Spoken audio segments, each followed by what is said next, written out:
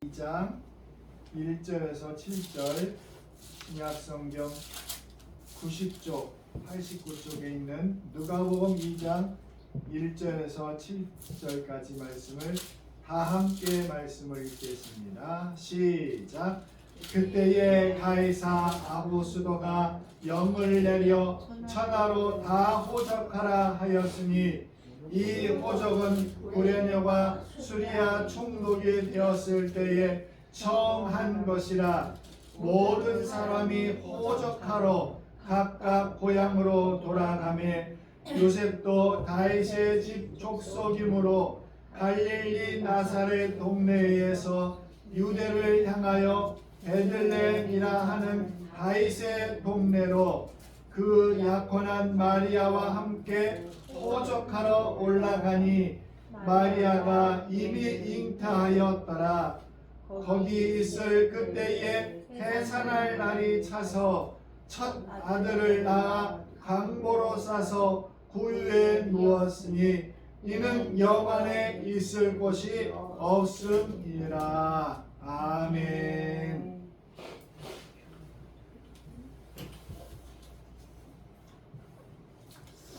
성탄절을 맞이하여 사람들 마음속에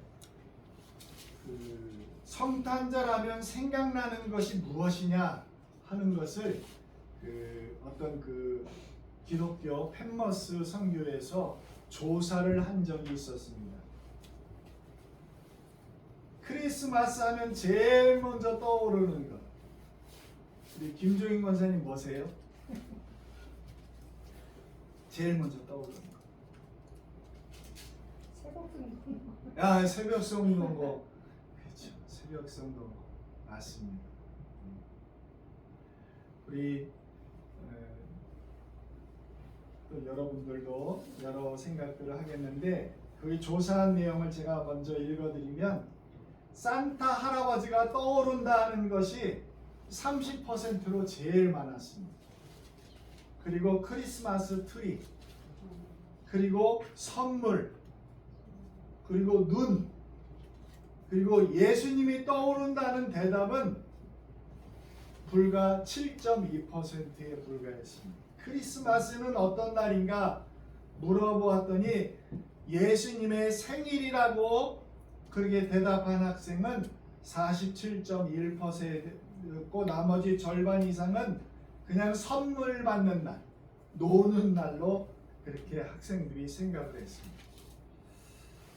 오늘 본문에도 로마 그 당시에 예수님 태어나실 당시에 황제가 아우구스토였는데 원래 이름은 아우구스투스인데 그 사람이 자기가 다스리는 그 모든 그 영토 안에 주민들에게 모두 다 자기 고향에 가서 호적을 하라고 하는 명령을 내립니다. 황제 여기 본명은 옥타비아누스. 그는 악티움 그런 해전에서 안토니우스 군대를 물리치고 권력을 그 사람이 차지한 후에 이제 인구 조사의 필요성을 느꼈습니다. 그래서 구레네가 수리아 총독이 되어 로마 황제 아구스토의 명령을 따랐다 하는 말씀입니다. 이제 사람들에게 각 가정 단위로 이제 가서 고향에 가서 그 자기의 이름을 등록하라는 절차를 마치게 했습니다. 나사렛 동네에 살던 요셉도 그 호적을 하기 위해서 고향인 베들레헴으로 가야 했습니다. 베들레헴은 다윗 성이라고 불리는 마을로서 예루살렘 근처에 있는 아주 자그마한 도시입니다. 우리 교회 달력에도 그 베들레헴 탄생교회 그 전경이 12월 달에 그렇게 사진으로 보여지는데 이 베들레헴은 유다족 속의 상징적인 본거지였지만 점점 작은 동네로 변화가 되어서 그 무렵에는 예수님 당시에 그 무렵에는 양치는 목자들이 들판에 머물 정도로 한적한 동네였습니다. 근데 갑자기 그 마을이 완전히 북적거리기 시작했어요. 멀리 살던 다윗의 후손들이 한꺼번에 고향에 찾아오느라고 계속 사람들이 행렬을 이어가게 되었습니다. 이들이 도착하자마자 이제 자기 잘 곳을 찾아야 되지 않습니까? 집을 떠났으니까. 여관을 정하느라 정신이 없습니다. 뭐 지금처럼 숙박시설이 좋은 시설도 아니다 보니까 시설이 부족하고 열악한 형편 가운데 이제 사람들이 베들레헴에서 자기 숙소를 찾느라고 정신이 없었습니다. 이때 나사렛에서 여장을 꾸렸던 요셉도 고민에 쌓입니다. 결혼한 마리아가 이제 임신을 해서 출산을 앞두고 있었기 때문에 여러분 일반인도 걸어가기에 어려운 140km가 넘는 그 거리였는데 이런 상황에도 마리아를 먼 곳에 갈 것을 생각하니까 이 요셉은 마음이 아팠습니다. 그렇지만 황제의 명령이니까 모든 사람들이 예외 없이 다 방문해야 되는 강제성을 띠고 있었기 때문에 요셉은 마리아를 나귀에 태워서 길을 떠납니다. 140km가 넘는 거리이므로 도중에 몇 밤을 지내야 했습니다. 베들레헴에 이르렀지만 등록도 즉시 되지 않았습니다. 길게 줄이 서 있거나 아니면 번호표를 받아서 며칠을 기다려야 겨우 자기 차례가 찾아왔어요. 그 근거가 오늘 본문 6절에 보면 거기 있을 그때에 라는 말씀이 기록되어 있어요. 거기 있을 그때 그 기록을 봐서 이 사람들이 대기하는 기간이 길어진 것이었습니다. 그러므로 베들레헴 동네에 있는 숙소들은 완전히 동이 났습니다. 돈 많은 사람들이나 로마 관리들과 연고가 있는 사람들은 미리 숙소를 다 먼저 정했겠죠. 그러나 가난한 백성에게 호적의 그 명령은 불합리하고 고통을 주는 행위였습니다. 당시 그 여관의 그 모습에 대한 기록을 보면 이렇습니다. 대부분 안뜰을 중심으로 지은 이런 네모 형태의 그런 2층 집들입니다. 계단을 오르면 여행자들이 머물 수 있는 방이 있었고 1층에는 동물들을 위한 마구간 또 그런 그 여행객들이 보관하는 짐 보관소가 있었어요. 하인들은 나귀와 낙타 같은 동물과 그리고 짐을 지키기 위해서 밤새도록 그 1층에 머물러 있어야 했습니다. 하나님의 아들을 잉태한 마리아 그리고 요셉은 방을 구하지 못한 채 겨우 마구간에 겨우 후퉁이에 자리를 잡았으니까 참으로 안타까운 일이었습니다. 추운 밤을 며칠 지내는 동안 이제 예수님이 초라한 그 마구간에서 결국 태어나시게 됩니다. 궁전이 아닌 마구간에서 나시고 그리고 사람들이 좋은 사람, 경제적으로 여유가 있는 사람들이 요람이라고 하는 것을 짜지만 예수님은 그 요람이 아닌 그 말 구유에 태어나신 거예요. 구유는 여러분 말에게 먹이 주는 그런 그릇이에요. 당시에 나무 토막이나 돌을 깎아가지고 파낸 그런 물건입니다. 말 먹이 그릇에 짚을 깔고 이제 딱딱하지 않게 하고 이 강보, 포대기, 우리말로 말하면 포대기예요. 여러분 포대기 다 기억나시죠? 아이들 업고 다닐 때 포대기. 그거를 싸가지고 거기에 예수님을 누입니다. 세상을 구원하실 하나님의 아들이 이처럼 험한 환경에서 이 세상에서 그렇게 탄생하십니다. 예수님께서 세상에 오신 일은 이처럼 모순과 갈등으로 가득한 그런 과정이었습니다. 그러나 그 갈등 속에서 하나님의 역사가 있었음을 우리는 보게 됩니다. 무모한 명령을 내린 아우구스투스 황제로부터 고향으로 돌아가야 되는 들려야 되는 그 사람들, 심지어 마구간에 있던 말과 소들까지 하나님의 섭리에 지금 쓰임받고 있다는 사실. 우리도 성탄을 맞이한 지금 하나님의 뜻에 복종하면서 우리를 위해 세상에 오신 아기 예수님을 경배합니다. 그러면 세상도 우리 찬송에 응답하고 세상의 모든 사람과 온 천지도 성탄의 기쁨을 나누게 되어 있습니다.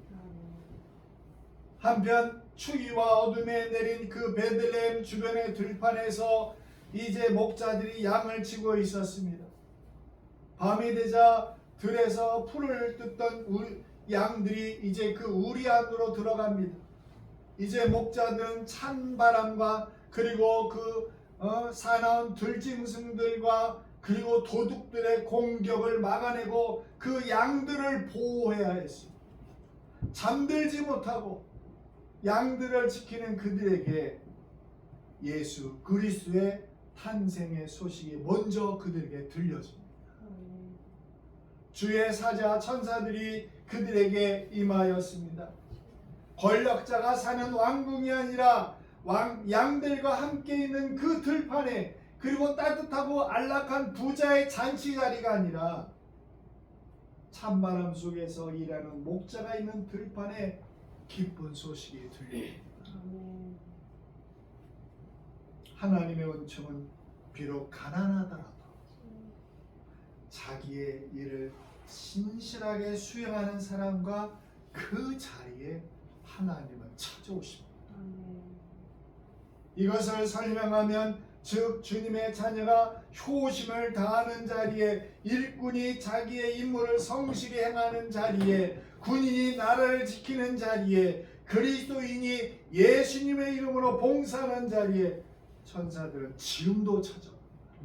지금.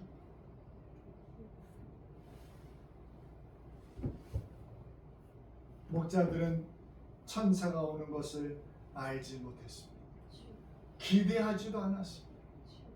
오히려 그들은 하늘이 갑자기 밝아지면서 빛을 비추고 그 찬양 소리가 들릴 때 그들이 무서웠어요. 생각해보세요. 여러분 잠자고 있는데 비몽사몽간에 갑자기 환한 빛이 비치고 하늘에서 찬양 소리가 들리면 여러분 놀라지 않을 사람이 누가 있겠습니까? 무서웠어요. 그들은 순간 천사의 음성이 들립니다. 그 말씀에 천사의 말이 이렇습니다. 무서워하지 말라. 보라, 내가 온 세상에 비칠 큰 기쁨의 소식을 너희에게 전하노라. 그렇게 천사가 목자들에게 그렇게 말을 전합니다. 온 세상이란 나이의 많음과 적음에 관계없습니다. 여러분, 건강하고 건강하지 않는 것에 관계없습니다. 재산이 많고 적음에 관계없습니다. 잘 배웠고 못 배웠고 사이가 없습니다. 사회 지위 다양한 이것 다 국적을 초월한 온 세상은 바로 하나님이 보내신 사람들 모두를 가리키는 거예요. 여러분도 온 세상 사람, 우리들이 다 알아야 할 최고의 기쁜 소식을 대표적으로 목자들에게 천사들은 전합니다. 자기 일을 충실히 하고 낮은 곳에서 섬기는 목자들이 온 세상의 대표적인 자가 존재가 되었습니다. 그리고 호련히 그 자리에 수많은 천사, 천군 천사가 내려왔습니다. 한 천사가 이 소식을 전함으로 놀람과 기쁨에 가득한 목자들 앞에 수많은 하늘 군대가 내려와 우렁찬 합창으로 찬양합니다. 그 찬양의 내용이 바로 14절에 지극히 높은 곳에서는 하나님께 영광이요, 땅에서는 하나님의 기뻐하신 사람들 중에 평화로다. 오늘 우리 대한민국에 가장 임해야 될 것은 평화입니다. 평화. 지금도 부끄럽게도 양떼들도 잠이 깨어서 여러분 목자들과 함께 하나님의 음성, 그런 음성을 듣는 시간이었습니다. 천군 천사들이 목자 곁을 떠나자 이 목자들이 즉시 행동합니다. 아기 예수님이 어디 계신지, 그것을 알아야 되잖아요. 그 말을 들었으니까 예수님을 찾아야 되는데 여러분 그 넓은 천지 예수님이 있는 거지 어떻게 찾겠어요? 날이 새지 않아 캄캄하고 양들도 돌봐야 하지만 이 목자들은 먼저 천사의 명령을 따릅니다. 이 놀라운 경험을 믿음의 행위로 연결시키고 있습니다. 조금도 늦추지 않고 목자들은 달려가 마리아와 요셉과 그리고 구유에 놓인 아기 예수님을 찾습니다. 그런데 목자들이 호적 등록하는 사람들로 빽빽한 그 베들레헴 그 여관 및 외양간을 어떻게 찾을 수 있었을까? 여러분 궁금하지 않습니까? 그것은 여러분 동방박사들을 인도한 별처럼 그 밝은 별처럼 하나님의 영광이 목자들이 가는 길을 밝히고 있었던 거예요. 그것을 보여준 거였어요. 하나님의 손길은 그 명령을 따라 나아가는 사람들 그 앞에 밝은 길로 인도하시는 하나님의 역사입니다. 그들은 이제 뒤에 성경의 20절에 보면 하나님께 영광을 돌리고 아기 예수님께 인사를 드리고 찬송하며 다시 그 양들이 있는 들판으로 돌아가게 됩니다. 이야기 하나를 덧붙이고 제가 성탄절 말씀을 마칩니다. 유럽의 아일랜드 사람들에게 그 아름다운 성탄 풍습이 있습니다. 그들은 크리스마스 이브에 그 집안에 이런 창문마다 촛불을 켜놓는다. 촛불. 그리고 창문을 조금씩 그렇게 열어놓는 거예요. 창문을 열어놓는. 가정뿐 아니라 그 빌딩, 사무실, 호텔 다 그렇게 합니다. 왜 그럴까요? 이제는 아기 예수님을 누이려 막권을 찾아 헤매지 말고 우리 집으로 오십시오. 우리 빌딩으로 오십시오. 우리 사무실로 오십시오. 라는 그런 뜻으로 생긴 풍습이었습니다. 아침이 오면 마리아,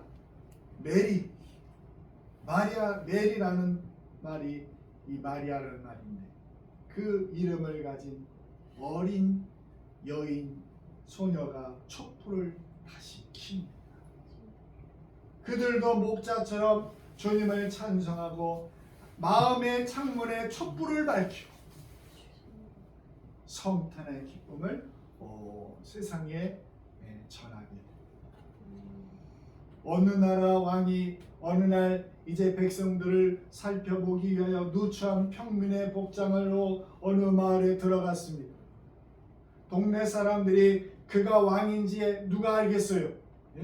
평범한 옷을 입었으니까 알아오지 못하고 함부로 막 천대하고 대들었어요. 밥도 못 얻어먹고 쫓겨났습니다. 그렇다고 여러분 그가 사람이 왕이 아닌 거예요? 하나님이 여러분 인간으로 이 세상에 오셨기 때문에 이사야 선지자는 예수님을 전능하신 하나님, 영원하신 영원히 계신 아버지라고 그렇게 예언을 하셨습니다. 예수님은 하나님이십니다. 예수님은 다른 사람을 살리기 위해 내가 죽어야 한다고 가르치셨고 친히 그것을 실천하셨습니다. 예수님은 우리에게 평화를 주기 위해 이 땅에 오셨습니다. 오늘 우리들의 자녀들과 가정과 교회와 이 대한민국 안에 평화의 왕이 오셔야 해요. 예수님이 오셔야 돼요. 그 예수님이 오셔서 우리의 마음을 분주한 마음을 다스려 주시고 또 시끄러운 이 마음을 다스려 주시고 남을 미워하는 마음을 다스려 주시고 그런 평화의 왕이 오십니다. 그래서 누가복음 2장 14절에 보면 지극히 높은 곳에서는 하나님께 영광이요 땅에서는 기뻐하시는 입은 사람들 중에 평안하다. 이 말을 천사들이 하게 되었습니다. 아기 예수님이 오셨던 날 천군 전사가 불렀던 노래 가사가 바로 그 그 내용입니다. 우리에게 평화 주시러 오시고 우리를 살리러 오시고 우리에게 생명을 주러 오시고 우리에게 평화를 주러 오신 예수님을 우리 모두가 더 마음에 깊이 간직해서 평화의 왕이 여러분에게 평화를 주시고 가정에 평강을 주시고 이 나라 이 민족에게 평화를 주시기를 간절히 주님의 이름으로 기도합니다. 기도하겠습니다. 오늘도 우리의 평화의 왕이신 예수 그리스도를 오심을 찬양하며 경배합니다. 이 땅에 소란스럽고 어지럽고 갈등 가운데 이 대한민국을 주님 찾아와 주셔서 우리의 왕이 오신 예수 그리스도가 우리 가정과 자녀들과 이 사회와 국가의 평화의 왕으로 다시 찾아와 주시기를 기도합니다. 그리하여 하나님께서 주시는 평강이 우리를 지켜주시고 비록 마국간에 태어나신 예수님이시지만 그분은 하나님이셨고 그분은 지금도 하나님이십니다. 주님 우리를 다스려 주시고 우리의 왕이 되셔서 이 민족을 주님 다스려 주옵소서. 예수님의 이름으로 기도하옵나이다. 아멘. 찬송가 112장 찬송합니다.